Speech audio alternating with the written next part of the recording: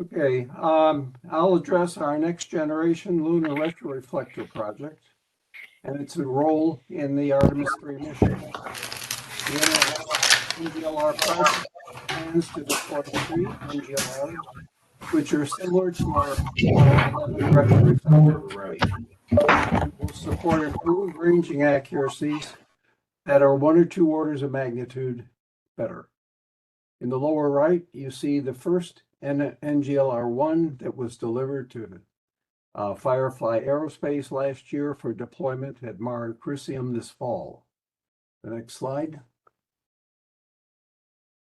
For Artemis 3, we will use the same base unit, which was delivered last year to Goddard for storage. The base unit will need an additional addition for surface deployment, for mounting on the Starship, and for astronaut handling. NGLR-A requires no power, requires no commands or data links. The operational lifetime is expected to be similar to the demonstrated operational lifetime of our Apollo retroreflector arrays, that is at least 50 years. The deployment procedure will be very similar to the deployment procedure carried out by Buzz Aldrin on Apollo 11. But what science can we expect from our deployment of the 3 NGLRs? To address this, we conducted a simulated 6-year mission using our lunar laser ranging software at JPL.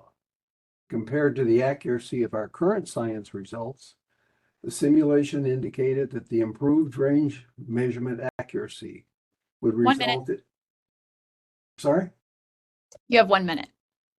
Would result in 1 or 2 orders of magnitude improvement in the science, depending upon the specific science parameter and the capabilities of our lunar laser ranging observatories. The ranging data has been used to discover the liquid core of the moon. We're also evaluating the previously mentioned tidal distortions of the lunar crust, the love numbers, and the internal dissipation of the moon. Our analysis also is the basis of the 2 selenoidetic coordinate systems, the mean Earth for cislunar navigation and the principal axis frame for mapping the lunar surface and navigation on the surface.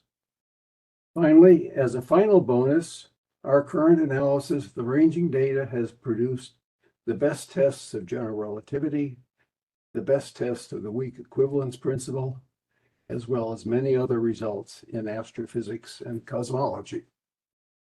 Thank you.